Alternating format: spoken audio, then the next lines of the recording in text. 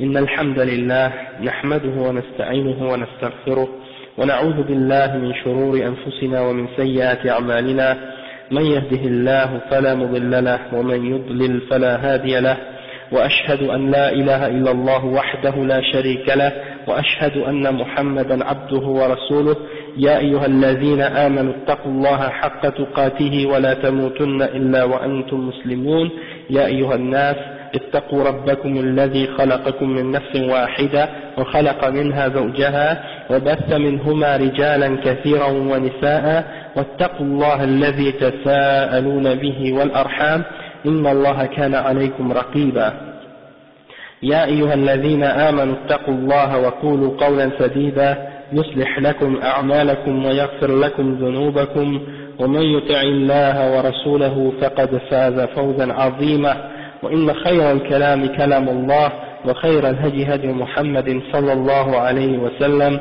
وإن شر الأمور محدثاتها وكل محدثة بدعة وكل بدعة ضلالة وكل ضلالة في النار أما بعد. Donc on était arrivé dans le cours dernier, wa alaykum salam wa rahmatullahi wa barakatuh, on était en train d'énumérer les 6 piliers de la foi, comme le Cheikh l'Islam les a mentionnés de façon résumée. Donc on était en train d'expliquer les paroles de Cheikh Salih al-Fawzan qui donnait une petite interprétation, une petite explication très résumée des 6 piliers de la foi. Donc on était arrivé au 3e pilier de la foi qui est al-iman bil-kutub, et التصديق بالكتب التي أنزلها الله على رسله وأنها كلامه وأنها حق ونور وهدى فيجب الإيمان بما سمى الله منها كالتوراة والإنجيل والزبور والقرآن والإيمان بما لم يسم الله منها. Donc le cheikh il dit que la foi en les livres, ça signifie de croire en les livres qu'Allah subhanahu wa ta'ala a fait descendre sur ses messagers et que c'est sa parole, c'est-à-dire c'est la parole d'Allah subhanahu wa ta'ala, et que c'est une parole de vérité, elle contient une lumière et une guidance. Et c'est obligatoire de croire en ce que Allah subhanahu wa ta'ala a mentionné spécifiquement comme livre dans ses révélations, comme par exemple il a mentionné Al-Injil, Al-Torah, Al-Injil, Al-Zabour et Al-Qur'an. Donc ça c'est des livres qu'il a mentionnés par nom dans la révélation, et donc il faut croire absolument à ces livres qu'il a mentionnés spécifiquement. Par contre, s'il y a d'autres livres qu'il n'a pas mentionnés spécifiquement, on y croit de façon générale. Parmi les articles de la foi, comme on dit, on croit aux livres d'Allah, donc on croit en tous les livres, ceux qu'il a mentionnés et ceux qu'on ne connaît pas, qu'il n'a pas mentionnés. Comme par exemple, il y a des prophètes, comme on va en parler, il y en a des prophètes de qui il a parlé dans le Coran, il y en a 25, et il y en a d'autres qui existent, qui ont existé, et qu'on n'a pas entendu parler dans le Coran, et pourtant c'était des vrais prophètes eux aussi. Comme le cheikh dit, le point numéro 4, الإيمان بالرسل الذين أرسلهم الله إلى خلقه، أي التصديق بهم جميعا وأنهم صادقون فيما أخبروا وأنهم بلغوا رسالات ربهم ولا نفرق بين أحد منهم بل نؤمن بهم جميعا ومن سمى الله منهم في كتابه ولم يسم منهم كما قال تعالى في آية 164 من سورة النساء ورسلا قد قصصناهم عليك من قبل ورسلا لم نقصصهم عليك. Oui. Donc qu'est-ce que ça veut dire, qu'est-ce qu'on a lu? Ça veut dire qu'il faut croire aux messagers d'Allah subhanahu wa ta'ala, ceux qu'il a envoyés à sa création, et croire en tous les messagers et tous les prophètes. Et il faut croire qu'ils étaient véridiques. Quand ils parlaient, ils disaient la vérité dans qu'est-ce qu'ils nous informaient, qu'est-ce qu'ils informaient à propos d'Allah, à propos de la religion, à propos des règles, hein, toutes ces choses-là, tout ce qu'ils ont dit c'était absolument la vérité. Il faut croire en ça. Et il faut croire qu'ils ont complètement transmis le message de leur Seigneur, ils n'ont rien gardé de secret, hein, parce qu'il y en a parmi des gens, comme par exemple les soufis, qui croient que certains prophètes ont gardé des secrets, et qui les ont donnés juste à quelques initiés parmi les compagnons, et que eux ils l'ont transmis d'une personne à l'autre, de génération en génération, et donc eux ils ont une connaissance secrète de Dieu. Hein, ça c'est un exemple de comment les ruses du shaitan, comment ils ont dévié certains parmi les musulmans. Hein, ils leur font croire qu'ils ont une petite connexion secrète ou une connaissance secrète à propos de la religion d'Allah. Donc, il faut croire qu'ils ont tout transmis, ils n'ont rien caché à propos de la révélation d'Allah. Et on ne fait pas aucune distinction entre les prophètes et entre les messagers. On doit croire en tous les messagers, d'accord? Et bien entendu, comme on dit que le prophète Mohammed sallallahu alayhi wa sallam c'est le plus grand d'entre les messagers, mais on ne doit pas faire une sorte de compétition entre les prophètes pour essayer de les comparer les uns avec les autres de cette façon-là, dans ce sens-là. On doit croire en eux de façon égale. Et Allah subhanahu wa ta'ala, il y a des prophètes au sujet desquels il a parlé, il a clarifié des choses, il a dit des choses à leur sujet, et d'autres auxquels il n'a rien dit, au sujet desquels il n'a rien dit, mais il faut croire en tous ceux-là. Hein? Et il a dit par exemple dans Surah An-Nisa, le verset 164, et il y a des messagers au sujet desquels on t'a raconté leurs histoires, et d'autres messagers avant au sujet desquels on n'a rien raconté. Et ça, bien entendu, ça s'adresse au prophète Muhammad sallallahu alayhi wa sallam et à sa umma. Donc il y a des prophètes qu'on connaît, des messagers qu'on connaît, d'autres qu'on ne connaît pas.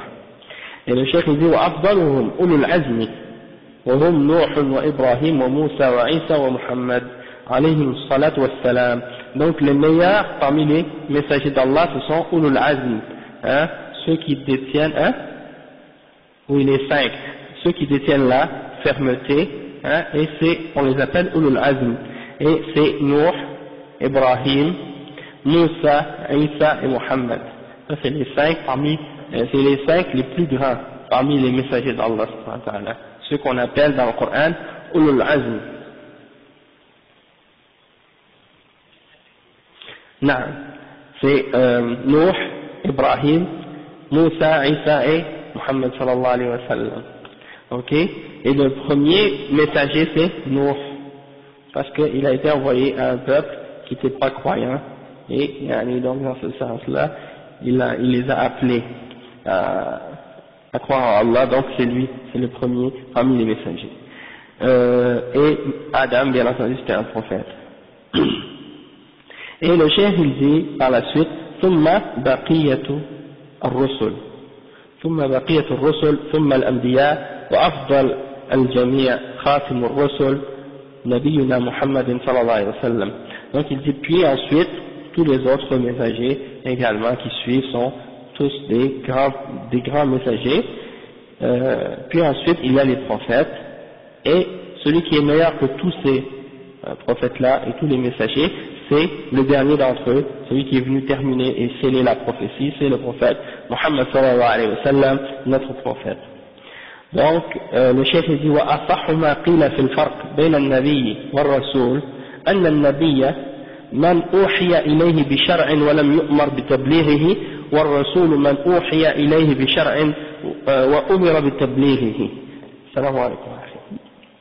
Il dit que le messager, donc il dit que qu'est-ce qui est plus authentique ou qu'est-ce qui est plus vrai d'après ce qui a été de ce qui a été mentionné au sujet de la distinction entre un prophète et un messager, c'est que le prophète c'est celui qui a reçu une révélation, hein, qui a reçu une législation, une révélation, la révélation d'une législation si tu veux, et qui a été commandé de la transmettre aux autres, et il dit que le messager, lui, c'est celui qui a reçu une révélation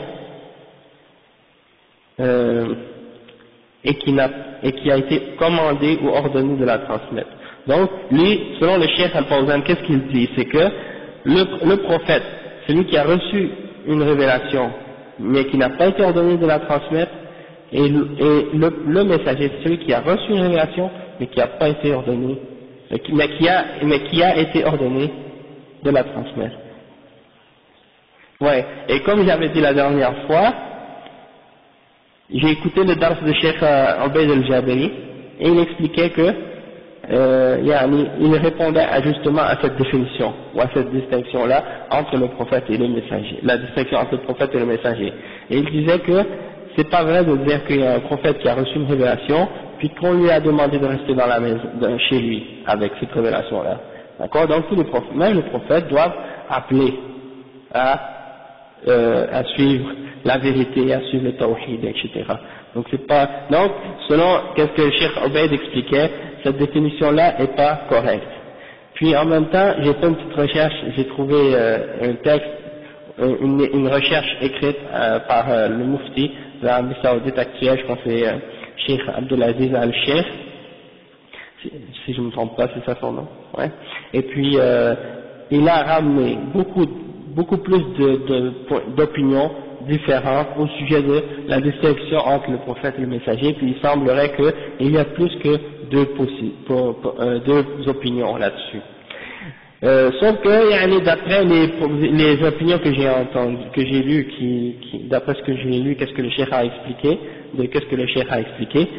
il semble qu'il y avait deux définitions qui ressortaient plus et qui semblaient être plus claires.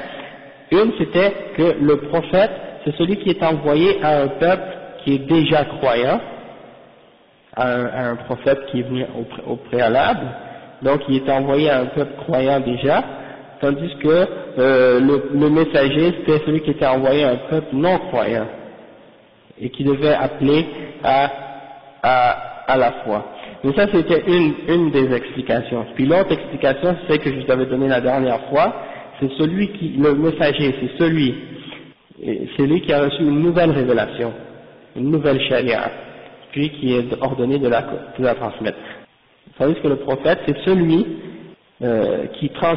qui appelle les gens en se basant sur une révélation d'un prophète précédent à lui-même. Il n'a même pas une nouvelle révélation, il fait juste réaffirmer et confirmer la révélation d'un prophète précédent. Donc ça c'est une autre position également. Et moi je crois que celle-là est plus convaincante, c'est celle que Cheikh Obeid al-Jabiri a expliqué dans l'explication qu'il a donnée de Al-Usul al-Thalatha. Wallahu a'lam. Nabiyan.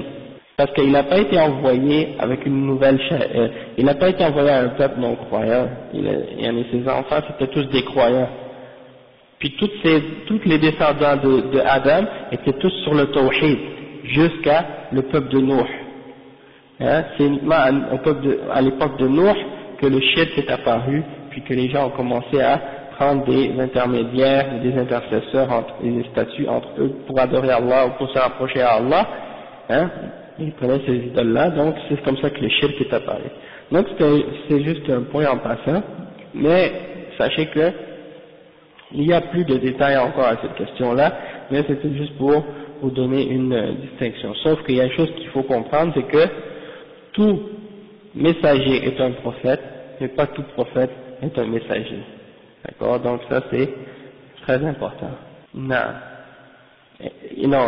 tous les messagers sont des prophètes automatiquement, mais c'est pas tous les prophètes qui ont le prophète il n'est pas un messager, tandis que le messager est toujours un messager et un prophète en même temps. Oui, c'est ça. Ils ont venu avec des livres comme le prophète Mohammed sallallahu alayhi wa sallam, le prophète sallallahu alayhi wa sallam est venu avec le Coran, Isa est venu avec l'Injil, et Moussa est venu avec le Torah, Ibrahim est venu avec le Suhuf, Suhuf Ibrahim wa Moussa, Allah il parle des pages ou des feuilles de Ibrahim, ouais. Donc Daoud avec le Zabour, donc il y a des prophètes, des messagers qui sont venus, mais comme Allah subhanahu wa ta'ala il dit, il y en a au sujet desquels il nous en a parlé, et d'autres au sujet desquels on n'a pas entendu parler également. Wallahu a'lam. Nuh, oui, Allah a mentionné dans le Coran qu'il avait une révélation, Nuh.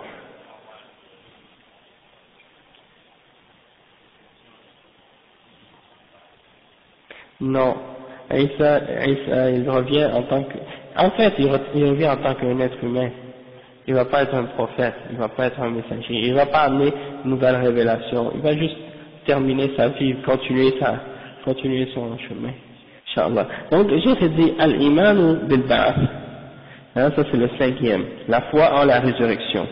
Il dit, وهو التصديق بإخراج الموتى من قبورهم أحياء يوم القيامة لفصل القضاء بينهم ومجازاتهم بأعمالهم على الصفة التي بينها الله في كتابه وبينها الرسول صلى الله عليه وسلم في سنته.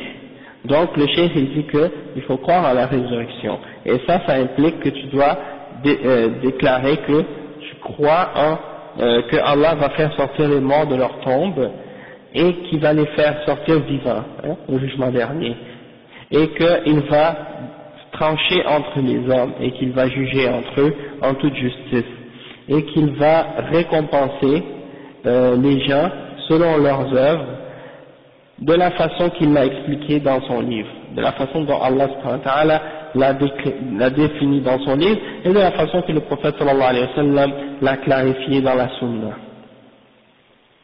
Non. Après, le sixième point, il dit al-iman bil qadari khayrihi wa sharrihi wa huwa at-tasdiq bi anna Allah subhanahu alima maqadir al-ashya wa azmanaha قبل وجودها ثم كتبها في اللوح المحفوظ ثم أوجدها بقدرته ومشيئته في مواعيدها المقدرة، فكل محدث من خير أو شر فهو صادر على علمه وتقديره ومشيئته وإرادته ما شاء كان وما لم يشاء لم يكن. Donc le cheikh il explique maintenant que le sixième pilier de la foi c'est la foi en la prédestination dans le bien et dans le mal. Ce qui arrive de bien et de mal, tout ça c'est prédestiné. Et le cheikh il dit que ça signifie que tu dois croire que Allah subhanahu wa ta'ala était au courant de tout ce qui se passe, tout ce qui a été prédestiné, tout ce qui arrive c'était prédestiné, il l'a su avant même que ce soit créé, et avant même que ça existe. Allah savait tout ce qui allait arriver avant même que ça soit créé et avant même que ça existe. Et tu dois croire que ensuite il a écrit ça. Qu'est-ce qu'il savait de ces événements-là et de ces choses-là? Il l'a écrit dans les tablettes préservées qu'on appelle al-lawh al-mahfouz, d'accord? Et que c'est lui qui les a par la suite déterminés et qui les a voulus, il les a créés, il les a créés selon sa volonté. Il n'y a rien dans ce qui existe et dans ce qui a été prédestiné qui sort de sa volonté. Et lorsque l'événement se produit au moment spécifique et précis où l'événement se produit, il se produit uniquement par la volonté d'Allah subhanahu wa ta'ala. Donc tout nouvel événement qui se produit, que ce soit positif ou négatif, bien ou mal, alors ça vient par sa connaissance, par sa détermination, qu'est-ce qu'il a prédestiné, par sa volonté, et ce qu'il veut, c'est ce qui est, et ce qu'il ne veut pas, n'est pas. Ma sha Allahu kan, wa ma lam yasha lam yakun. Ça c'est les principes. Et puis on peut résumer ça en 4 points qui facilitent la mémorisation, qui sont clairs, que les ulama ont déterminé comme étant les 4 conditions pour la foi en al-qada ou al-qadar. Isa, c'est quoi? Naam. Il a écrit, ouais, le vouloir.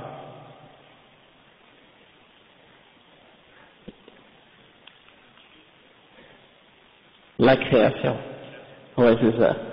Exactement. Donc il a tout su à l'avance quand il a tout créé. Deuxièmement, il a écrit dans les tablettes préservées 50 000 ans avant la création des cieux et de la terre. Troisièmement, tout ce qui arrive c'est par sa volonté. Et quatrièmement, tout ce qui arrive c'est sa création. Que ce soit des bonnes choses ou des mauvaises choses, des bonnes œuvres ou des mauvaises œuvres. Tout ça c'est la création d'Allah subhanahu wa ta'ala. Il n'y a pas deux créateurs comme les Zoroastriens, wa alaykum salam wa rahmatullah. Les Zoroastriens, qu'on appelle en arabe al-Majus, qui croient qu'il y a un Dieu du bien et un Dieu du mal. Le Dieu du bien il a créé le bien, le Dieu du mal il a créé le mal. Non. Allah subhanahu wa ta'ala c'est lui qui a tout créé. Il y a un seul créateur. Et wa alaykum salam wa rahmatullah. Et aussi, il y a les chrétiens qui croient parfois à cette idée-là. Ils croient ils croient qu'il y a un combat entre le diable et Dieu.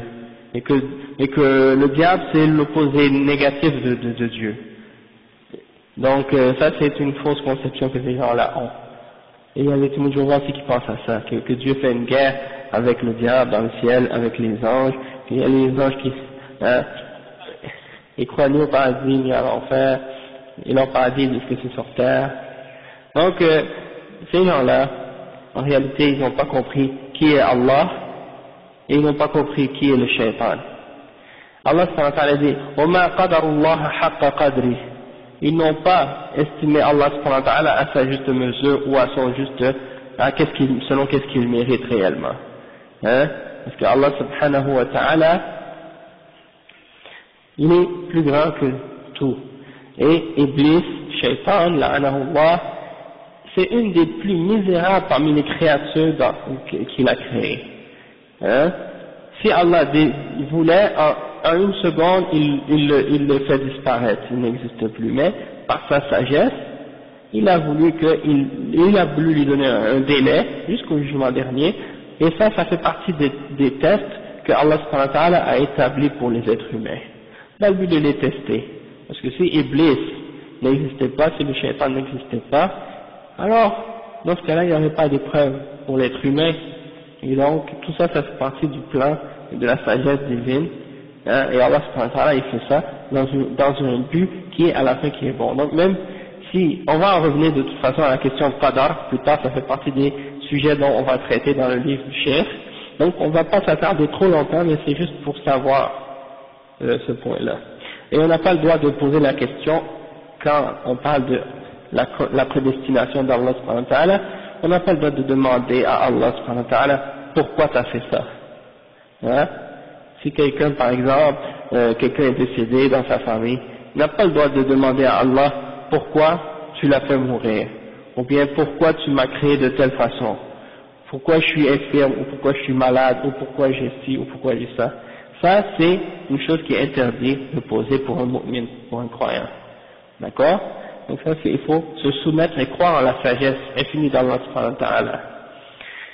Donc le chef dit هذا شرح مجمل لأصول الإيمان وسيأتي إن شاء الله شرحها مفصلا. Donc ça c'est un résumé global des articles de la foi et Inch'Allah on va l'expliquer de façon plus détaillée plus tard Inch'Allah. Donc le chef il continue, Cheikh l'Islam Ibn Taymiyyah il dit ومن الإيمان بالله الإيمان بما وصف به نفسه في كتابه ووصف به رسوله محمد صلى الله عليه وسلم من غير تحريف ولا تعطيل ومن غير تكييف ولا تمثيل. Donc le cheikh il explique maintenant, après avoir expliqué de façon résumée les 6 piliers de la foi, maintenant il va expliquer le premier pilier de la foi, c'est-à-dire la foi en Allah subhanahu wa ta'ala. Qu'est-ce que ça signifie dans l'islam? Hein? Parce que on a expliqué tous ces piliers-là, mais sachez que le plus important de tous les piliers, c'est le premier, la foi en Allah subhanahu wa ta'ala. Et c'est pas suffisant juste de dire je crois que Dieu existe et qu'il est unique pour dire que tu es un croyant. Parce que si tu dis ça de cette façon-là, eh bien c'est comme si tu ne fais pas de distinction entre toi et les mouchriquines du temps du prophète sallallahu alayhi wa sallam. Parce que les temps mouchriquines, au temps du prophète Muhammad sallallahu alayhi wa sallam, ils disaient eux aussi que Allah existe et qu'il est un seul Dieu. Hein? Mais ils ont eu d'autres mauvaises conceptions au sujet d'Allah qui les ont fait tomber dans le shirk. Et c'est ça qu'on va expliquer aujourd'hui. Inch'Allah. Donc le chef dit que la foi en Allah subhanahu wa ta'ala, c'est de croire en Allah tel qu'il s'est décrit lui-même dans son livre. Et croire en Allah tel que son messager, Muhammad sallallahu alayhi wa sallam, l'a décrit dans la sunna. Donc ça c'est fondamental. La façon comment tu dois comprendre et comment tu dois connaître Allah subhanahu wa ta'ala, c'est selon qu'est-ce qu'il t'a révélé, soit dans le Coran, soit dans la Sunna. Voilà comment tu dois, de quelle source et de quelle base tu dois tirer ta connaissance à propos d'Allah subhanahu wa ta'ala. Par la suite, le chef il spécifie, il va donner les règles qui vont faire en sorte que tu ne vas pas dévier au sujet de la foi en Allah si tu les respectes. C'est 4 règles que tu dois suivre pour pas dévier dans ce sujet-là, c'est-à-dire des attributs et comment connaître Allah subhanahu wa ta'ala. La première, le chef dit min ghayri tahrif, sans faire de tahrif. Tahrif, c'est-à-dire de déformer le sens des attributs. Le deuxième, c'est at-ta'til, c'est une forme de négation des attributs d'Allah. Chacun de ces termes-là, on va les détailler, on va les expliquer en détail, parce que le chef il va les expliquer. Le troisième, c'est takyif. Tu ne dois pas faire de takyif. Qu'est-ce que ça veut dire, takyif? Ça veut dire que tu demandes comment est Allah, comment sont ses attributs. Ça c'est haram. Tu n'as pas le droit de poser la question au sujet de... C'est naam, bid'a. C'est bid'a, et toute bid'a c'est haram. C'est haram de faire des bid'a, donc c'est haram de poser la question comment est Allah subhanahu wa ta'ala. Ça on va le voir aussi. Et dernièrement, wala tamthil. Tu ne dois pas faire de tamthil. Qu'est-ce que ça signifie tamthil? C'est de comparaison, hein, d'analogie, des comparaisons avec Allah subhanahu wa ta'ala, entre Allah et sa création. Tu essaies de les comparer. Allah est comme telle chose de sa création. Et on va le détailler, on va donner des exemples détaillés de ça. Cheikh dit الشرح بعد ذكر المصنف رحمه الله الأصول التي يجب الإيمان بها مجملة شرع يذكرها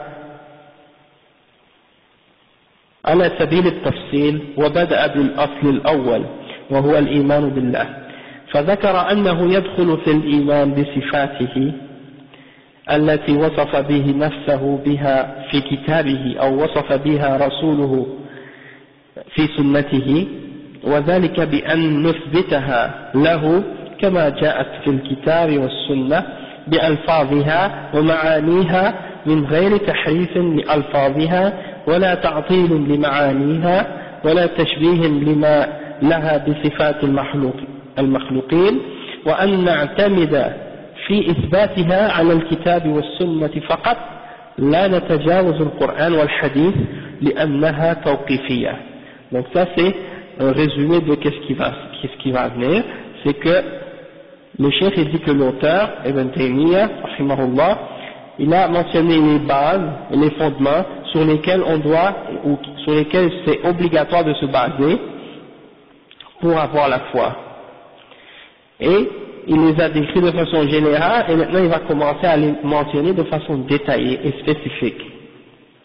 Et il a commencé par la première base, c'est-à-dire la foi en Allah subhanahu wa ta'ala. Et donc, il dit que le premier c'est justement de croire en Allah et en ses attributs, tel qu'il s'est décrit lui-même et tel que son messager l'a décrit, exactement qu'est-ce que je viens d'expliquer, de façon plus spécifique. Ensuite il commence, il dit والتحريف هو التغيير وإمالة الشيء عن وجهه يقال انحرف عن كذا إذا مال وهو نوعان. Donc le chef il dit que التحريف c'est de changer quelque chose. Tahrif en arabe c'est de déformer quelque chose, changer quelque chose. Et c'est que tu prends une chose puis tu la déformes pour le faire apparaître différemment ou d'une autre façon. D'accord? ويقال انحرف عن كذا إذا مال. Tu dis que quelqu'un est il a انحرف quand il s'est détourné, quand il s'est penché vers quelque chose d'autre. Donc par exemple si tu dis tu marches sur un chemin droit puis après tu t'enharif, qu'est-ce que ça veut dire? Ça veut dire que tu te détournes. Et bien ça c'est dans ce sens-là, at-tahrif, tu détournes le sens des mots, tu détournes le sens des choses pour leur donner une autre réalité qui est contraire à la réalité. Ouais. Le chef il dit que c'est de deux catégories. Et donc il va donner un exemple de chacune d'entre ces deux catégories-là. Il dit النوع الأول تحريف اللفظ والنوع الثاني tahrif al-ma'na. La première forme de tahrif, c'est de faire le tahrif, de déformer le mot lui-même. Tu changes le mot directement. Ça, c'est la première forme de tahrif. La deuxième forme de tahrif, c'est de changer ou de déformer le sens du mot. D'accord? Donc ça, c'est les deux formes. Maintenant, on va expliquer en détail un et l'autre.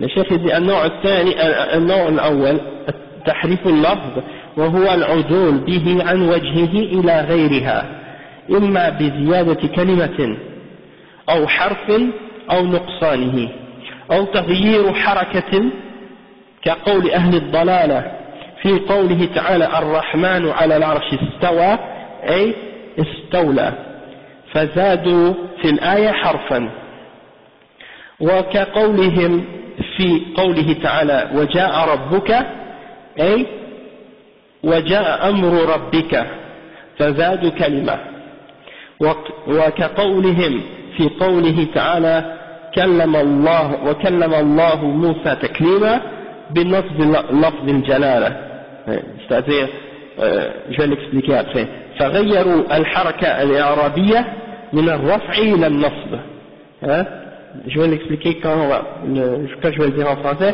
je vais donner l'explication pour que vous compreniez, Inch'Allah.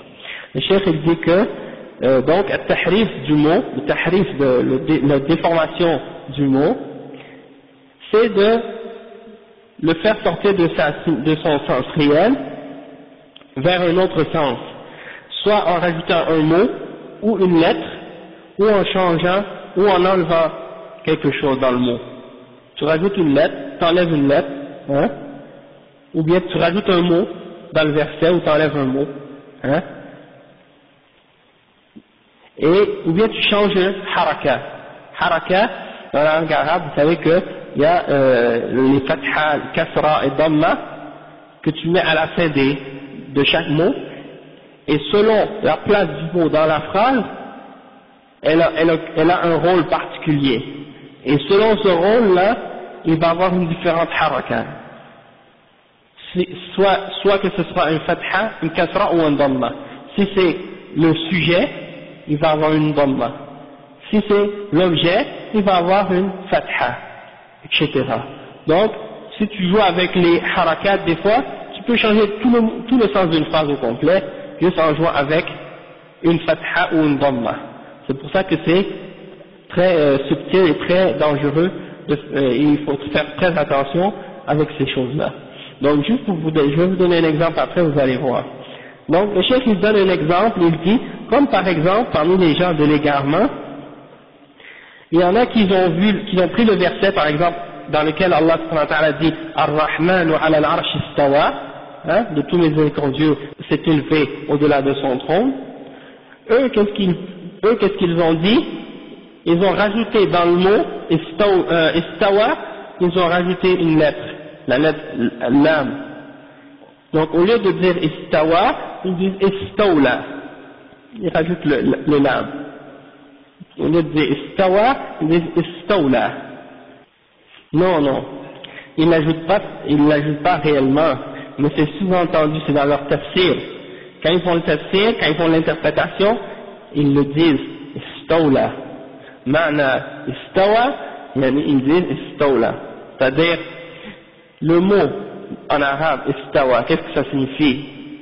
L'imam al-Bukhari, dans son sahih, quand vous regardez dans Kitab al-Tawhid, le chapitre wa kana arshuhu ala al-ma, il cite les paroles de Mujahid et Ibn Abbas, et il dit que, ils ont expliqué, ils ont dit que ce mot-là signifie ala wartafa'a. Donc istawa, ça veut dire en arabe ala wartafa'a. Et si vous regardez les livres des ulama de la langue arabe, comme Abu Ubaida et d'autres, eh ben ils ont tous dit que c'est ça dans la langue arabe, la signification de istawa. Alors eux, qu'est-ce qu'ils font? Ils changent la signification, parce que istawa, ça veut dire, quand j'ai dit ala wartafa'a, ça veut dire s'élever et monter au-dessus de quelque chose. C'est ça que ça veut dire istawa en arabe.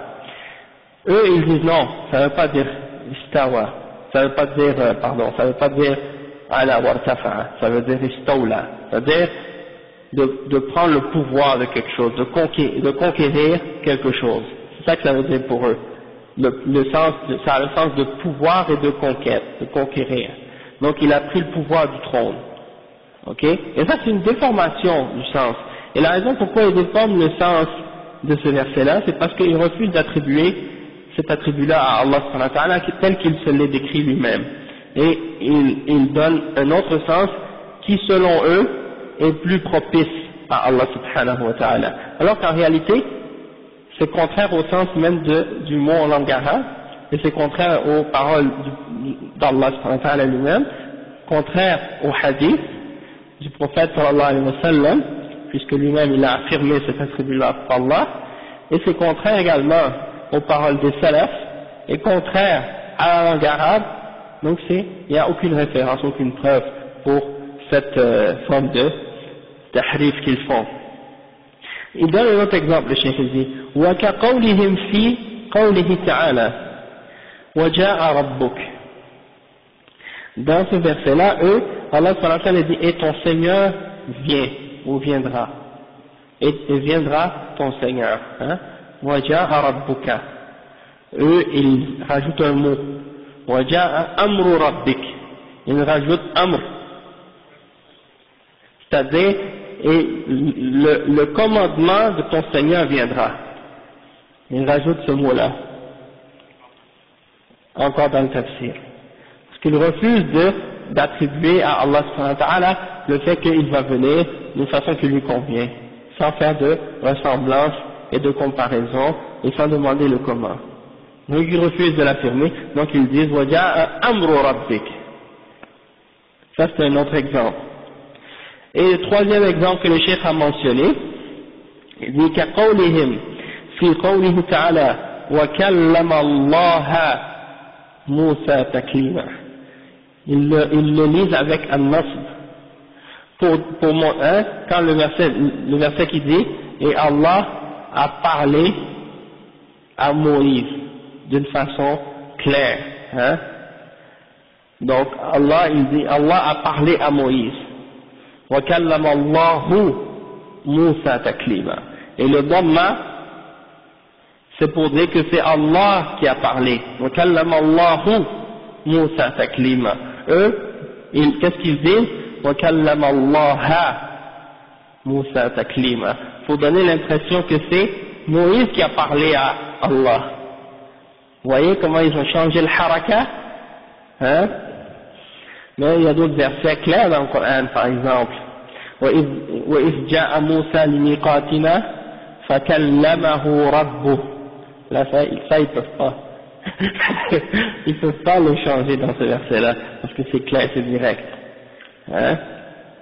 Donc, ça c'est un exemple pour montrer que ces gens-là, ils essaient de faire un tahrif, et ils changent même parfois, soit un mot, soit une lettre, ou soit un haraka.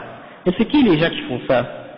C'est les gens de bid'a parmi les Jahmiya, et les Mu'tazila, et les Jahmiya, et les Mu'tazila, et les Asha'ira.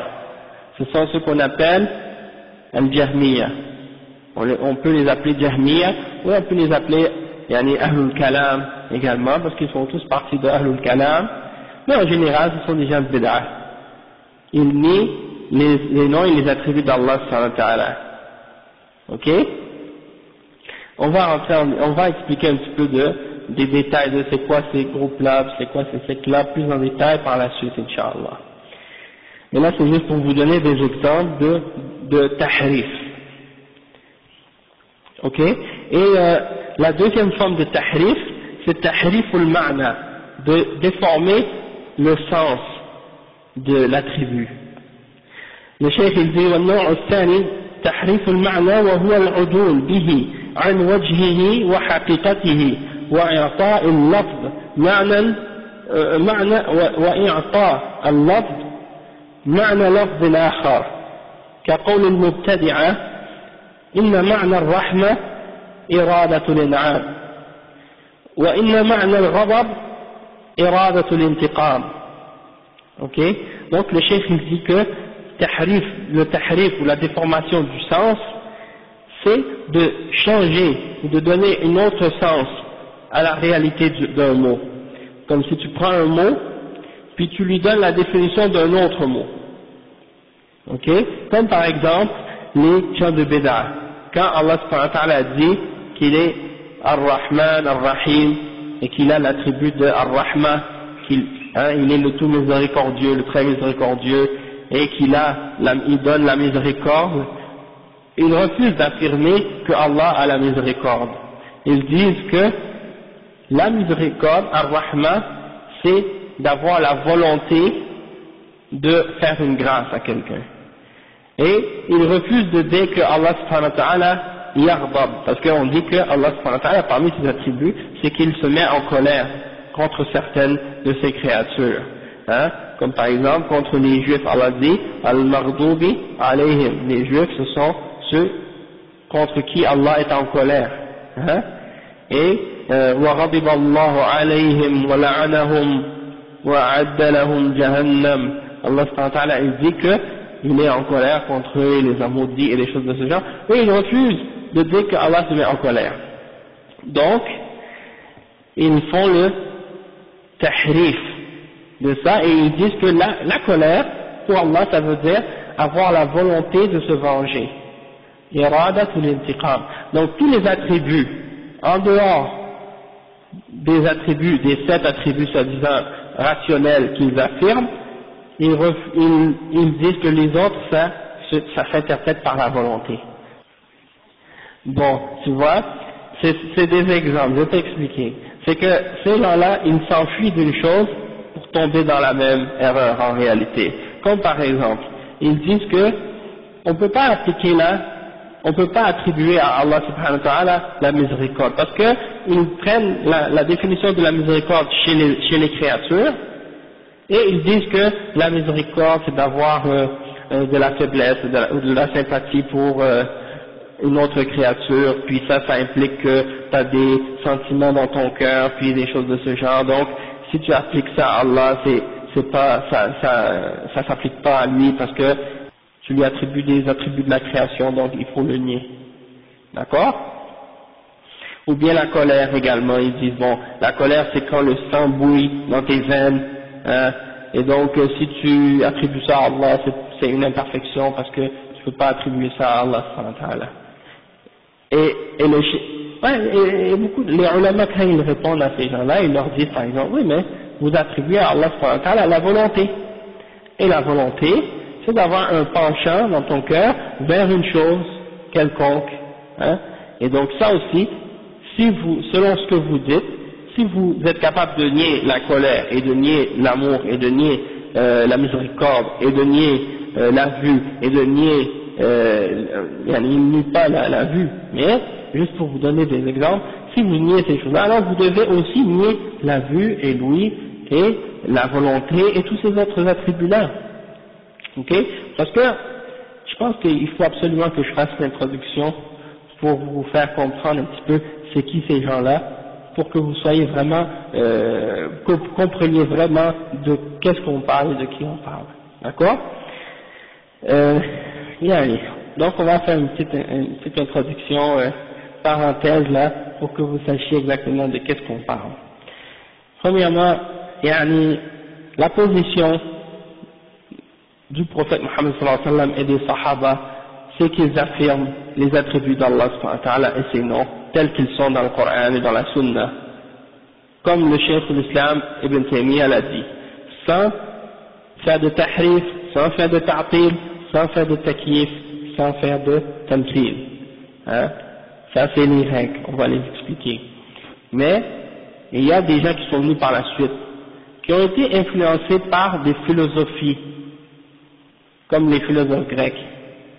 Ils ont étudié avec eux, et à partir de ces philosophies-là, ils ont commencé à essayer de douter à certaines choses au sujet de Allah subhanahu wa ta'ala, et de vouloir interpréter le Coran et la Sunna en se basant sur la philosophie grecque. Alors, ils ont commencé à dire qu'il ne faut pas parler de Dieu en des termes humains, qui correspondent à des termes tels qu'ils sont utilisés chez les êtres humains, parce que si tu utilises ces termes-là, ça implique que tu fais ressembler Dieu à sa création. Et de faire ressembler Dieu à sa création, c'est kufr, c'est la mécréance. Donc, il faut pas le décrire par aucun terme. Sauf qu'ils sont tombés en contradiction avec le Coran et la Sunna, parce que dans le Coran et la Sunna, il y a des attributs qui sont mentionnés au sujet d'Allah subhanahu wa ta'ala, qui sont des termes et des attributs qui ressemblent aux termes qui sont utilisés pour les créatures. Mais la ressemblance qu'il y a entre les deux est uniquement en apparence, parce qu'en réalité, c'est deux choses différentes. Il n'y a pas de ressemblance entre les attributs du créateur et les attributs de la créature. Juste pour vous donner quelques exemples. Quand on dit que Allah subhanahu wa ta'ala, c'est toute chose, il a l'attribut de la connaissance ou du savoir. D'accord? Est-ce que les êtres humains, eux aussi, n'ont pas l'attribut de la connaissance et du savoir? Oui. Les êtres humains ont une connaissance, ils ont du savoir également. Mais est-ce qu'on peut comparer la connaissance des créatures à la connaissance d'Allah subhanahu wa ta'ala? Non. Pourquoi? Parce que la connaissance d'Allah subhanahu wa ta'ala, elle n'est pas précédée d'ignorance. Tandis que la connaissance des créatures, elle est précédée d'ignorance. Quand on est, Allah subhanahu wa ta'ala, il dit qu'il nous fait sortir du ventre de nos mères, on n'a aucune connaissance. Donc, notre connaissance est précédée d'ignorance. Pas Allah subhanahu wa ta'ala. Il connaît tout à l'infini. Non seulement ça, Allah subhanahu wa ta'ala, sa connaissance est sans limite. Tandis que notre connaissance à nous, eh bien, elle est très limitée. Hein? On ne vous a donné que très très peu de la science. Donc le fait qu'on attribue à Allah subhanahu wa ta'ala la connaissance et qu'on attribue à l'être humain la connaissance, c'est juste une ressemblance en apparence, parce que dans la réalité de ces deux formes d'attributs-là, c'est du moment qu'on les attribue au créateur ou à la créature, elles deviennent différentes. Elles deviennent différentes. Quand elles sont seulement ressemblantes sous leur forme absolue. Quand tu dis le savoir, sans l'attribuer à personne. Le savoir, quand tu l'attribues à personne, tu peux dire qu'il y a une ressemblance dans le sens que tu ne peux pas le distinguer. Mais du moment que tu dis le savoir du créateur et que tu dis le savoir de la créature, automatiquement ça se sépare, ça se divise. La même chose on peut dire au sujet de la vue. Allah subhanahu wa ta'ala, il a l'attribut de al-basar, il voit, il est le voyant, d'accord? Et l'être humain et les animaux ont également l'attribut de al-basar, hein? Mais par contre, par exemple, je vais juste vous donner un exemple.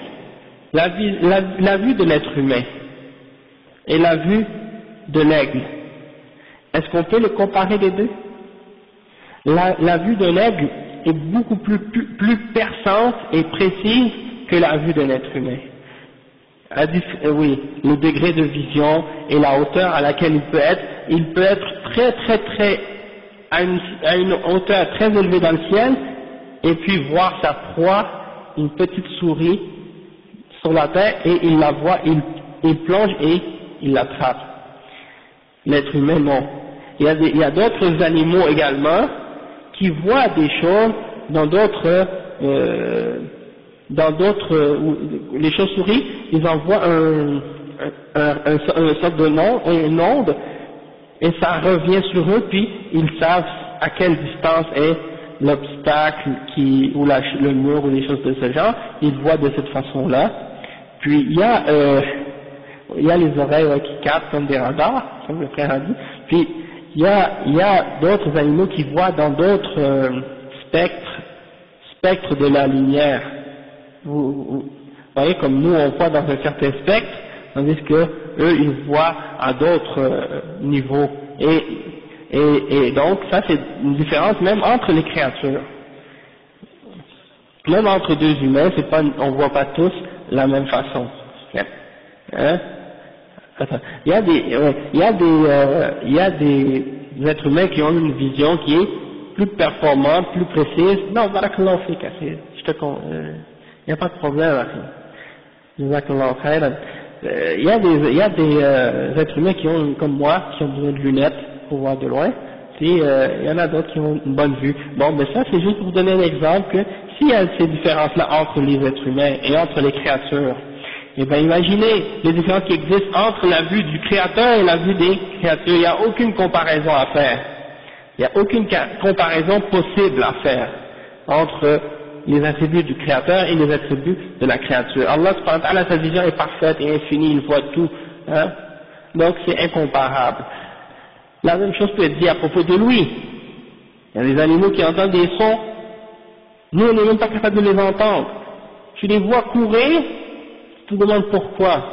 Quelques minutes après, tu vois qu'il y avait un grand problème, quelque chose qui arrivait, un gros orage ou une grosse tempête ou un feu ou quelque chose, et là tu comprends après qu'est-ce qui se passe, ou des choses de ce genre. Donc, alors l'ouïe d'Allah subhanahu wa ta'ala et l'ouïe des êtres humains, c'est deux choses différentes et il n'y a pas de comparaison. La même chose pour les autres attributs, c'est la même chose. Hein? Donc, quand on a compris ça, on a su déjà en partant comment on peut répondre à ces gens-là. Nous, on doit affirmer les attributs d'Allah subhanahu wa ta'ala comme il s'est décrit lui-même. Et Allah subhanahu wa ta'ala, il nous a donné un verset qui clarifie ça spécifiquement et il dit لَيْسَ كَمِثْلِهِ شَيْءٌ وَهُوَ السَّمِيعُ الْبَصِيرُ. Il n'y a rien qui lui ressemble. Et il est celui qui entend, hein, as-sami' et al-basir, c'est lui qui voit. Donc tu dois affirmer les attributs et il n'y a rien qui ressemble à Allah dans ses attributs, ni dans ses noms, ni dans ses attributs.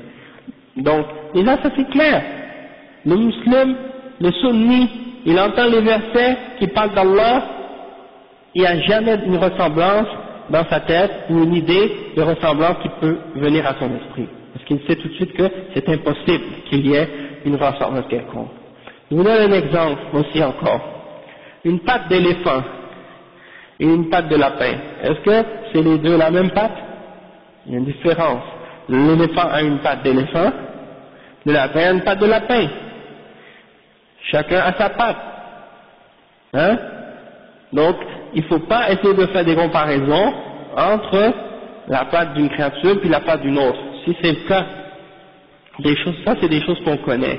Alors imaginez des choses qu'on ne connaît pas, c'est-à-dire Allah subhanahu wa ta'ala, quand il nous informe de ses attributs, comme quand il nous dit qu'il a une main, il ne faut pas essayer de penser que sa main est semblable à la main de ses créatures. Quand il nous dit qu'il a deux yeux, il ne faut pas essayer de voir puis penser comme, ah, il a les yeux comme les créatures, comme les animaux ou comme les êtres humains. Non, il n'y a pas de ressemblance. Et même si on essaie de les imaginer, on n'est pas capable de les imaginer, parce qu'il n'y a rien qui lui ressemble.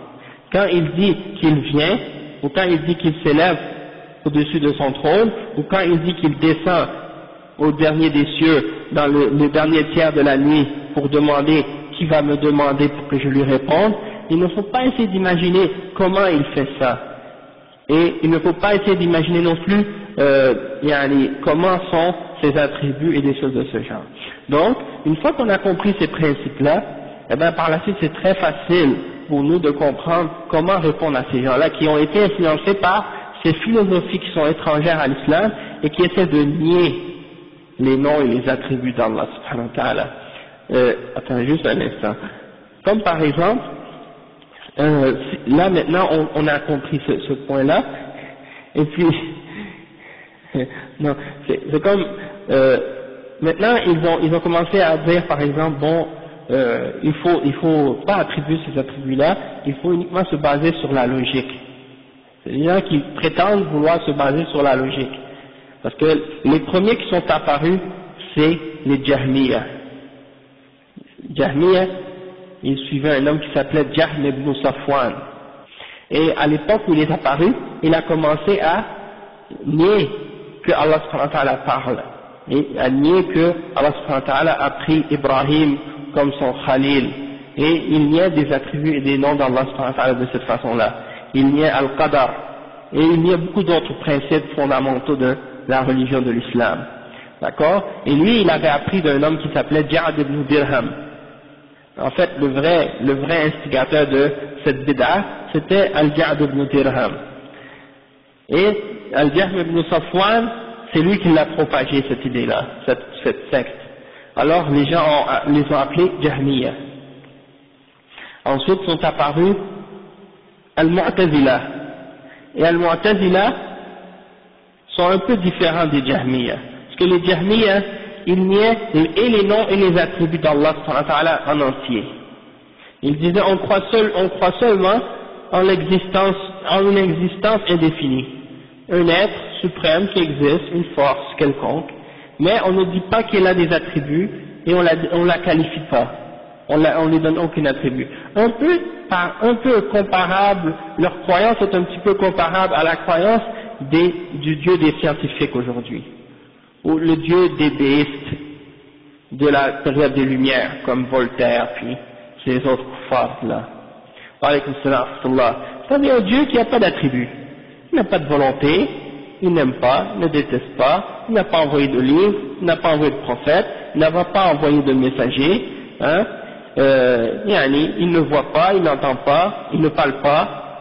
Donc c'est un Dieu abstrait qui n'a aucune qualité, aucun attribut, c'est juste un être comme ça qui existe et c'est une force, une énergie, ou je ne sais pas comment il l'appelle. Et donc, c'est-à-dire, si quelqu'un croit en Dieu de cette façon-là, c'est comme s'il ne croit pas en Dieu du tout. En tout cas, il ne croit pas au Dieu qui est écrit dans le Coran. Le Dieu auquel il croit, s'il croit à ce Dieu-là, un Dieu sans attribut du tout, eh ben c'est tout à fait différent que le concept que Dieu nous a expliqué dans le Coran. Parce que la façon dont, quand on lit le Coran, Dieu nous parle de lui-même. Il nous dit qu'il a envoyé des messagers, il nous dit qu'il aime les croyants, il nous dit qu'il déteste les gens qui désobéissent à sa loi, il nous dit qu'il punit, il nous dit qu'il récompense, il nous dit que donc il a des attributs, il a une sagesse, il dit qu'il est hakim, il dit qu'il est alim, il dit qu'il est qadir, il dit qu'il a tous ces attributs-là, donc il parle clairement de ça dans sa révélation pour qu'on le connaisse. Eux, ces gens-là disent non, tout ce qui est écrit dans le Coran à propos d'Allah c'est faux, il ne faut pas se baser là-dessus. Et même parmi eux, il y en a qui disent que celui qui croit en qu'est-ce qui est écrit littéralement dans le Coran au sujet d'Allah, il devient kafir. Imaginez. Ça c'est pas l'égarement, ça? Maintenant, par la suite, qu'est-ce qui est arrivé? Les Mu'tazila, eux, ils ont un petit peu amené une chose différente des Jahmiya. Les Mu'tazila, eux, ont dit, d'accord, on nie pas on nie les attributs d'Allah subhanahu wa ta'ala, mais on nie pas les noms. Donc, on dit que Allah s'appelle Al-Alim, Al-Hakim, Al-Qadir, Al-Samir, mais on n'affirme pas les attributs. Et puis on dit que ces noms-là, c'est juste des noms propres, sans signification. Comme quelqu'un peut s'appeler par exemple Zayd, ou on peut s'appeler Ahmad, ou n'importe quel autre nom, mais c'est juste un nom qui te désigne mais qui n'a pas de signification.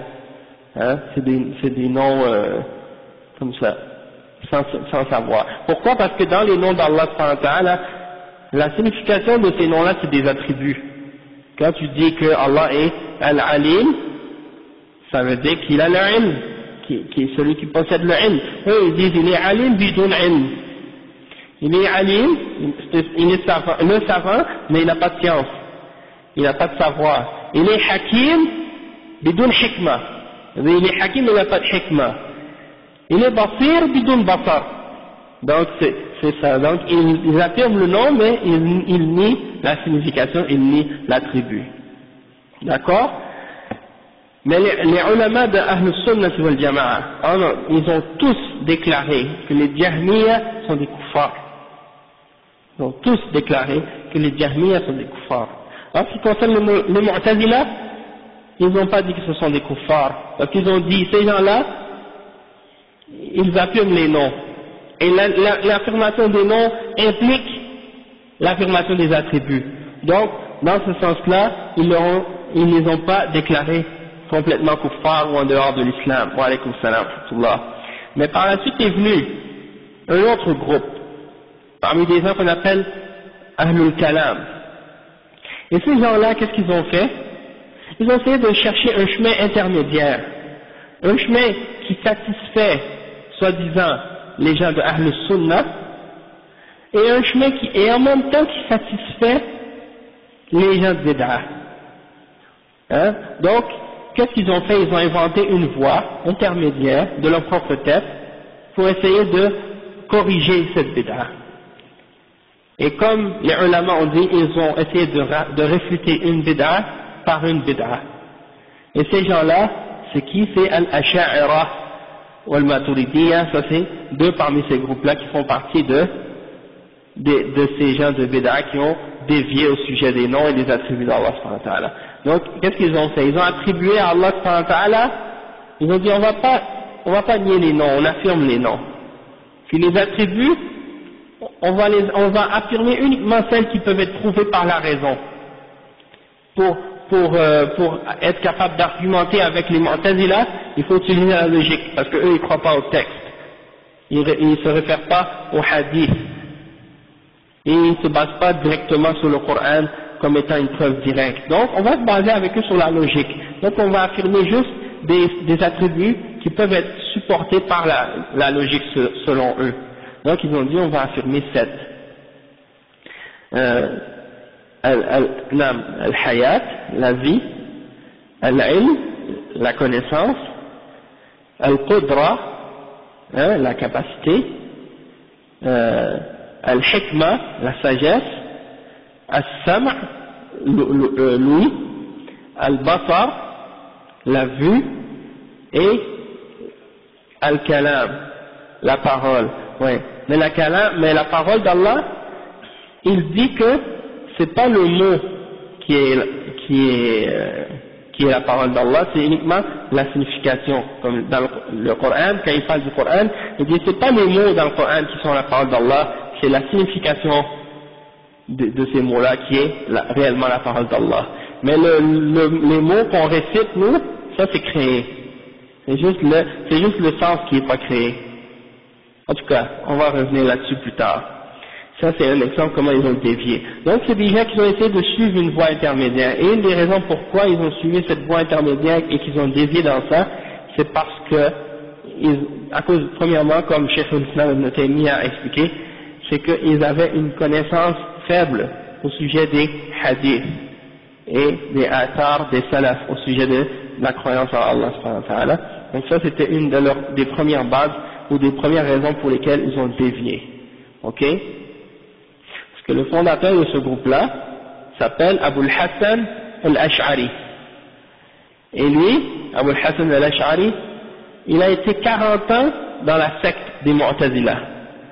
Et le mari de sa mère, qui s'appelait Al-Jaba'i, c'était le top des Mu'tazila de son époque. Donc il a étudié avec son beau-père pendant 40 ans. Imaginez qu'un homme reste 40 ans dans une secte, et qu'après 40 ans il sort de cette secte.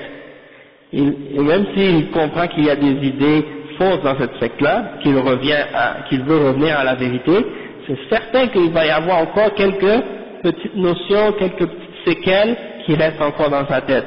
Surtout si sa connaissance est un petit peu faible en ce qui concerne les athars et les hadiths. Donc, il est revenu, il a dit ça y est, je quitte le Mu'tazila, il est venu ouvertement sur le même bord de la mosquée et il a dit je quitte la voie des Mu'tazila et j'accepte la voie de Ahlus Sunnah wal Jama'a, excepté qu'il ne connaît pas comme il faut la voie de Ahlus Sunnah wal Jama'a. Donc qu'est-ce qui est arrivé? C'est qu'il a amené sa propre voie et des gens l'ont suivi sur cette voie-là, et c'est pour ça, ces gens-là ils affirment les 7 attributs qu'on a mentionnés, puis les autres ils font qu'est-ce qu'on appelle tahrif, ils le déforment, ils changent leur signification pour leur donner une signification différente. Comme par exemple les autres attributs, en dehors de ces 7-là, ils l'expliquent par la volonté, iradatul in'am, iradatul intiqam, l'amour c'est iradatul in'am, la colère, iradatul intiqam, al-rida, iradatul in'am. Donc c'est toujours l'irada. Et donc ça les a amenés dans plein d'erreurs. Quand ils disent Ar-Rahman wa ala al-Arsh istawa, ils disent Istawla. Et quand ils disent Waja'a Rabbuka dans le Coran, ils disent Waja'a Amru Rabbik. Waja'a Amru Rabbik. Ils l'interprètent. Quand le prophète sallallahu alayhi wa sallam dit que Allah subhanahu wa ta'ala descend au dernier des cieux, au dernier tiers de la nuit, ils disent l'ange de Dieu descend au dernier des cieux. Tu vois? Et les ulama leur ont répondu, ils ont dit, mais le hadith dit que Allah descend au dernier des cieux, au dernier tiers de la nuit, et il demande, est-ce qu'il y en a qui voudraient se faire pardonner pour que je leur pardonne? Et est-ce qu'il y en a qui voudraient que je me demande quelque chose pour que je leur attribue ou que je leur réponde? Alors, les ulama ont dit, est-ce que c'est l'ange qui demande aux gens, voulez-vous que je vous pardonne et je vais vous pardonner? Les anges ne peuvent pas pardonner. Et on n'a pas le droit de demander pardon aux anges, c'est uniquement à Allah qu'on a le droit de demander le pardon et des choses de ce genre.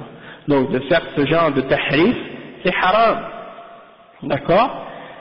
Mais par contre, qu'est-ce qui est arrivé? C'est que Abu al-Hassan al-Ash'ari, qui est né en 260 et qui est mort en 260, il est né. En l'an 300, il avait 40 ans environ. Il a quitté la voie des Mu'tazila. Donc, et il est mort en 330, si je ne me trompe pas. Donc, il a resté, je pense, 30 ans. Entre sa période de conversion, ou qu'il a quitté les Mu'tazila, jusqu'à la période où il revienne à la Sunna, il y a eu cette période où il était sur cette voie innovée, qui était en réalité une voie qu'on appelle Al-Kullabiyya. Maintenant on l'appelle comme étant Al-Kullabiyya parce qu'il y avait d'autres personnes à son époque qui avaient cette idée-là, qui attribuaient juste 7 attributs à Allah, puis des choses comme ça. Mais à la fin de sa vie, il a dit, je reviens à la croyance de l'imam Ahmad et des imams d'Ahl Sunnah. Et j'affirme tous les attributs d'Allah. Et il a écrit un livre qui s'appelle Al-Ibana fi Usul al-Diyana. Et dans ce livre-là, il a affirmé, comme tous les imams d'Ahl Sunnah, la plupart des attributs, ou presque tous les attributs d'Allah, à l'exception de quelques petites erreurs qu'il a pu faire dans ce livre-là. Sauf que, Inch'Allah, on espère que Allah accepte de lui, puisqu'il a fait l'effort qu'il a pu, et donc avec la connaissance qu'il avait, on a la preuve qu'il a fait une repentance avant de mourir. D'accord?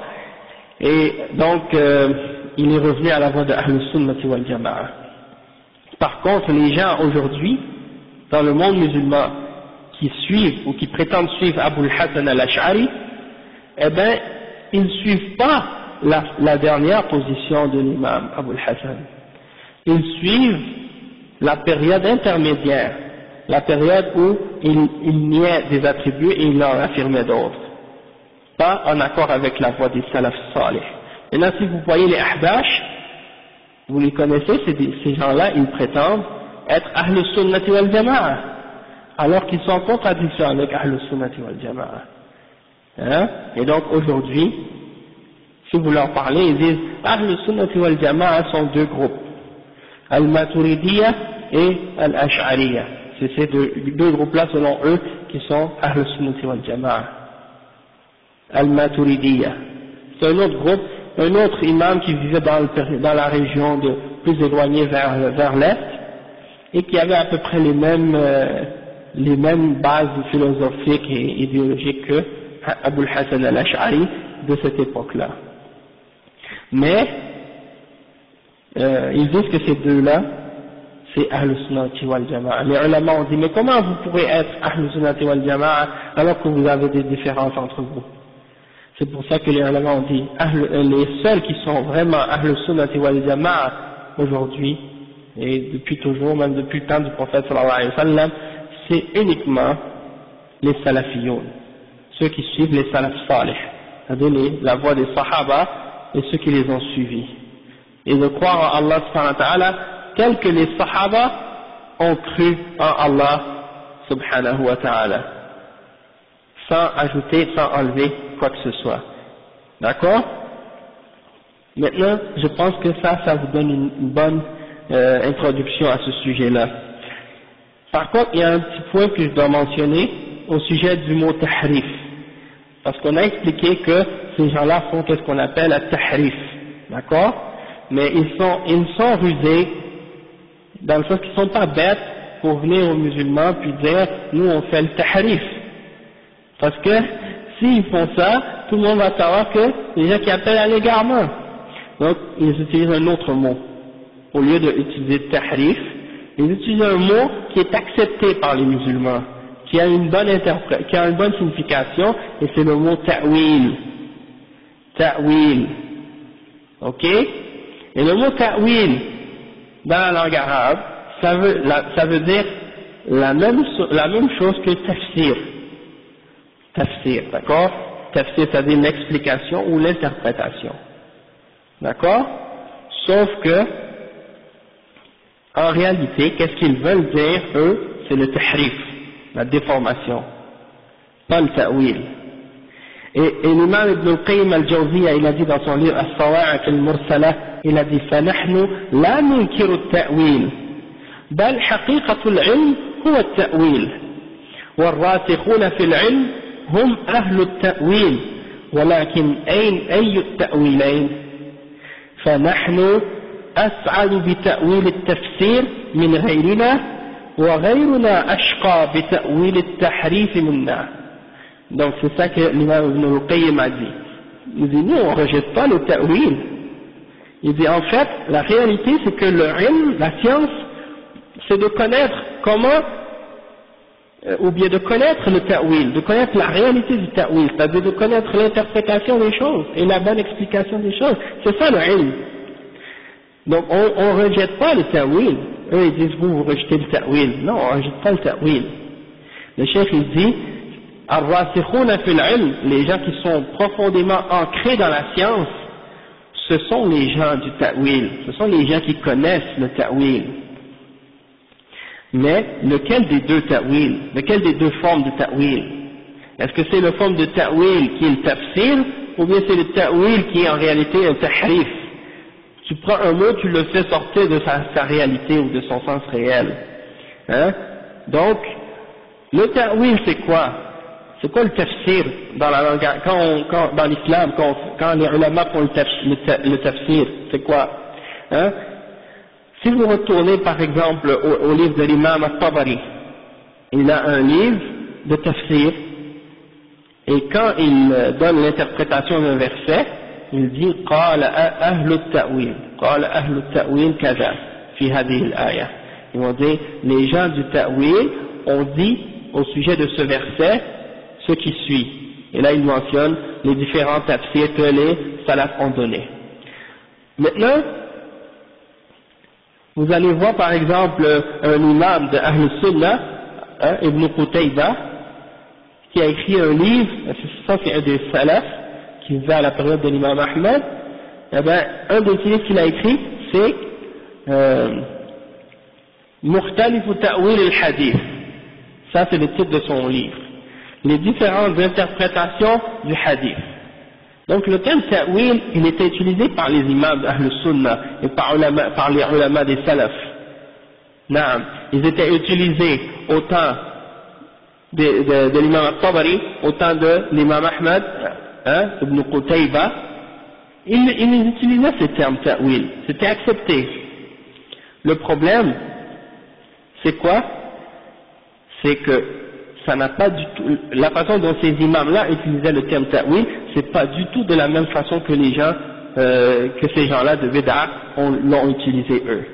Parce que le ta'wil, pour les ulama de Ahl Sunnah, c'est que tu prends un verset, ou un terme, ou un hadith qui n'est pas clair, qui n'est pas spécifique, et tu le ramènes à un autre verset qui l'explique, ou à un autre hadith qui l'explique, hein? Comme par exemple s'il y a un verset dans le Coran qui à un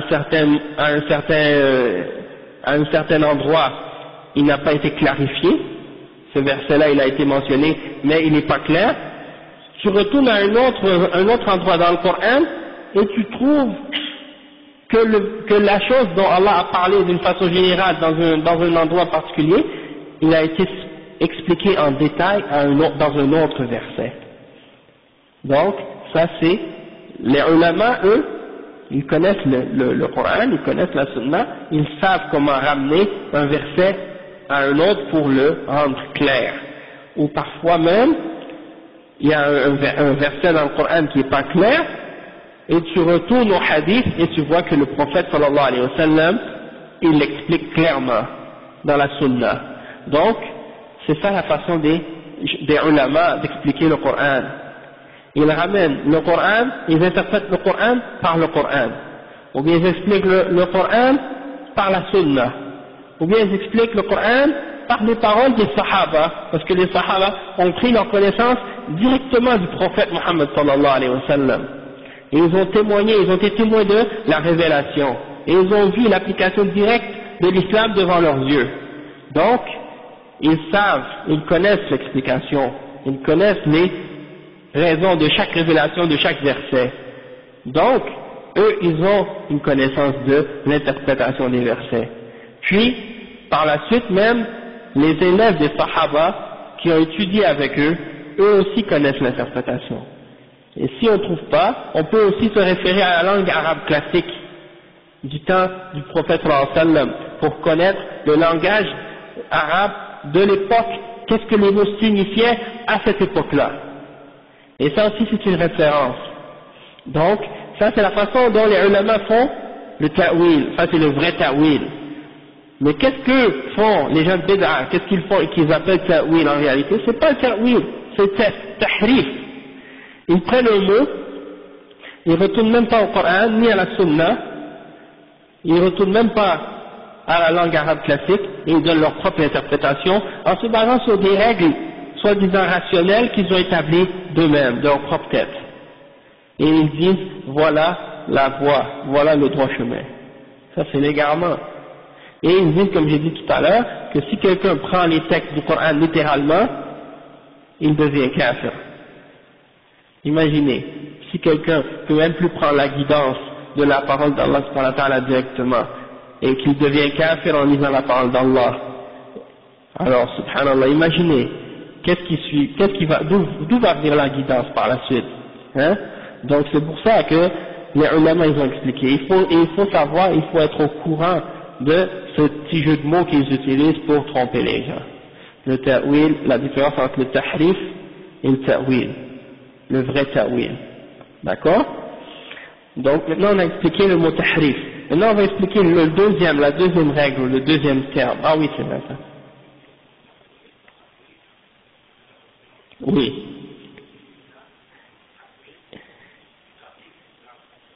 Non, ouais, c'est presque là, mais c'est que le mot tahrif, ils ne l'utilisent pas, parce qu'ils le cachent. Parce qu'ils ne veulent pas montrer qu'ils changent le mot. Allah a utilisé le mot tahrif au sujet des juifs dans le Coran. Allah dit yuharrifuna al-kalima an mawadi'ihi. Allah dit à propos des juifs, ils prennent un mot, ils le changent de son contexte, ils jouent avec, ils le déforment. Ouais, ra'ina au lieu de unzurna. Et au lieu de dire hitta, ils ont dit hinta. Et des choses de ce genre. Ils déformaient les mots, ils jouaient avec les choses, ils mettent les choses en dehors de leur contexte pour leur donner une autre signification. Et le ta'wil, c'est pas ça, c'est l'interprétation. Oui, c'est ça. Mais eux, ils l'utilisent pour déformer la réalité. Et ça, c'est ça le problème. Et au sujet du ta'wil, ça c'est des gens de bid'a, comme ceux qu'on appelle, qui ont fait le ta'wil au sujet des noms et des attributs d'Allah. Il y a d'autres sectes déviées encore plus que eux. Non seulement ils ont fait le ta'wil au sujet des noms et des attributs d'Allah, en plus de ça, ils ont fait même le tahrif. Non seulement ils ont fait le tahrif des noms et des attributs d'Allah, ils ont également fait le tahrif de la religion en entier même. Ils font le tahrif, ils ont fait le tahrif de la salat, tahrif de la zakat, tahrif du saum, tahrif du hajj, tahrif de l'islam en entier, subhanallah. Ils ont dit chaque mot, chacun de ces choses-là a un autre sens, ou une signification secrète, cachée. Il y en a des soufis qui ont dit ça, mais en général c'est les batiniya. Et les batiniya, c'est des gens qui suivent des sectes qu'on appelle ésotériques. C'est seulement les initiés qui connaissent les secrets de leur secte. Et si tu n'es pas initié, tu peux pas les connaître. Et tu es dans l'égarement, tu es dans l'obscurité. C'est juste eux qui le savent. Hein? Donc ça, c'est des gens comme par exemple Al-Qaramita, Al-Ismaïliya, Al-Nusayriya, Al-Duruz. Ça, c'est des groupes qui sont en dehors de l'islam. Mais il y a des gens aujourd'hui qui sont pas dans ces groupes-là ouvertement, ou qui sont pas directement dans ces groupes-là, mais qui font une autre forme de tahrif.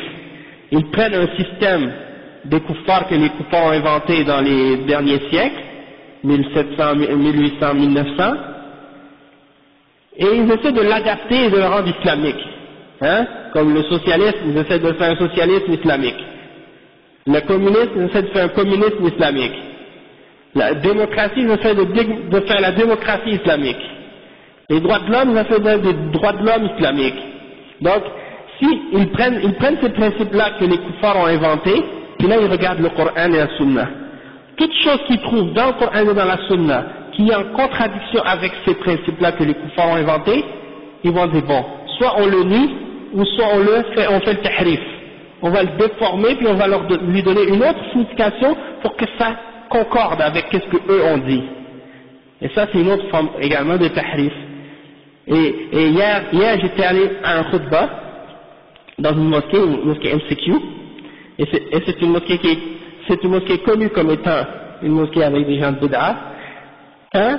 Et qu'est-ce qu'ils disaient là-bas, l'imam, c'est pas l'imam habituel qui faisait le khutbah, mais c'était un gars yani, qui faisait le khutbah, Allah musta'an. Et qu'est-ce qu'il disait? Il disait que quand vous parlez avec des non-musulmans, dites-leur pas, parlez pas avec eux de la croyance. La croyance doit être la dernière chose que tu leur mentionnes. Il dit subhanallah, le prophète sallallahu alayhi wa sallam, il a envoyé Mu'adh ibn Jabal au Yémen. La première chose qu'il leur a dit, de les appeler à la ilaha illallah, tawhid. Lui, il dit, parlez pas avec eux de croyance. Il dit, et quand vous leur parlez de la prière, vous leur dites que c'est comme un exercice. Et il a dit, tel que je vous le dis maintenant, et je rajoute rien, il a dit, nous les musulmans, on n'a pas besoin d'aller dans un gym. On a un gym, quand on fait la prière, c'est comme une gymnastique, on n'a pas besoin d'aller au gym. Et il a dit, j'ai lu dans un livre écrit par une non-musulmane, il a dit le nom de la femme, elle a écrit un livre sur le yoga, elle a écrit un livre sur le yoga, et elle a dit que les musulmans, lorsqu'ils font la prière, ils font travailler les 7 nerfs, les mêmes nerfs qu'on fait travailler quand on fait le yoga. Donc quand tu fais la prière, tu fais du yoga. J'ai dit subhanallah. Ça c'est de l'hindouisme. Le yoga c'est une des formes d'adoration dans l'hindouisme. Vous voyez subhanallah, chaque chose qui est dans l'islam, il essaie de l'interpréter d'une façon matérialiste ou bien une autre façon spirituelle pour juste adapter ces idées-là pour dire que les kuffars vont être contents avec toi. Hein? Parle-leur pas de l'islam que ça c'est Allah qui l'a envoyé et qui l'a révélé et qui a envoyé le prophète Mohammed sallallahu alayhi wa sallam avec le Coran pour que l'humanité soit sur le droit chemin et qu'ils doivent croire en ça. Non, il ne faut pas leur dire ça. Ça c'est grave. Ça c'est déformer l'islam. Après il dit le zakat c'est comme une forme de redistribution des biens, hein, comme dans la société sociale, dans le socialisme. On prend aux riches, on donne aux pauvres. Après, il dit le jeûne, c'est uniquement pour montrer que tu veux connaître la souffrance des pauvres quand ils ont faim. Pas parce que c'est un ordre d'Allah subhanahu wa ta'ala et qu'il dit, comme Allah dit dans le Coran, la'allakum tattaqun, pour que vous acquérez at-taqwa. Hein? Pas pour avoir le taqwa, non, juste pour connaître la faim des pauvres. Il mentionne ça en premier, sans mentionner la raison fondamentale pourquoi on fait le somme. Pas pour le but dans le Coran, Allah ne nous a pas dit qu'on jeûne juste pour connaître la faim. Parce que si on peut connaître la faim sans jeûner. Hein? Le but du jeûne c'est autre. Donc il y avait ça. Et après, au début, quand je suis arrivé, il me disait que les droits de l'homme, c'est les mêmes valeurs, c'est les mêmes valeurs que l'islam. La charte des droits canadiens, c'est la même que l'islam. Donc qu'est-ce qu'il disait? Il disait que les Canadiens sont déjà à moitié musulmans sans le savoir, parce qu'ils croient déjà en la charte des droits canadiens. Alors moi, subhanallah, j'ai entendu ça, je ne savais plus quoi penser. Je dis oui, dans l'islam, il y a la liberté de croyance, celui qui veut croire, il peut croire, celui qui veut pas croire, il peut pas croire, et donc ça hein? Oui, il a dit ça. Ça c'est grave, ouais. Et il y en a même qui sont allés à dire pire que ça, comme Tariq Souaidan. Il a dit que quelqu'un a le droit de quitter l'islam s'il veut. Il peut devenir murtad. Et il dit que s'il devient murtad, il n'y a pas de punition pour lui. Non, Tariq Souaidan qui a dit ça, mais peut-être Tariq Ramadan aussi. C'est tout le même manhaj, ces gens-là. Après, qu'est-ce qu'il disait? Il disait que, donc, les Canadiens, ils disent, sont déjà à moitié musulmans parce qu'ils croient à la charte des droits de liberté. Et donc, c'est les mêmes valeurs. Alors moi, après le khutbah, je suis allé le voir, je lui ai dit. J'ai dit, mon frère, tu dis que c'est les mêmes valeurs. Eux, ils disent dans les droits de l'homme qu'un homme peut devenir homosexuel. Est-ce que ça, c'est les mêmes valeurs que l'islam? Hein? Et là, il a dit, non, mais c'est pas ça ce que je voulais dire et tout. Il dit, mais tu t'adresses à des musulmans, il y en a qui connaissent pas bien, tu les mets dans l'erreur. Tu risques de les faire tomber dans l'égarement. Tu t'adresses pas de cette façon devant les musulmans comme ça. Puis là après il citait Victor Hugo, puis Lamartine, puis il citait toutes sortes de trucs. Donc c'est juste pour vous donner des exemples de comment des gens peuvent faire le tahrif. Non seulement des noms et des attributs d'Allah, mais ils peuvent également faire le tahrif de la religion en entier. Et dans le but de quoi? Dans le but de satisfaire les idées et les convictions des kuffars. Donc, je pense qu'aujourd'hui, on va s'arrêter ici, ou bien il nous reste encore 5 minutes. Hein? Baqiya waqt. طيب أخي. Donc, on va s'arrêter ici, on va continuer. Non.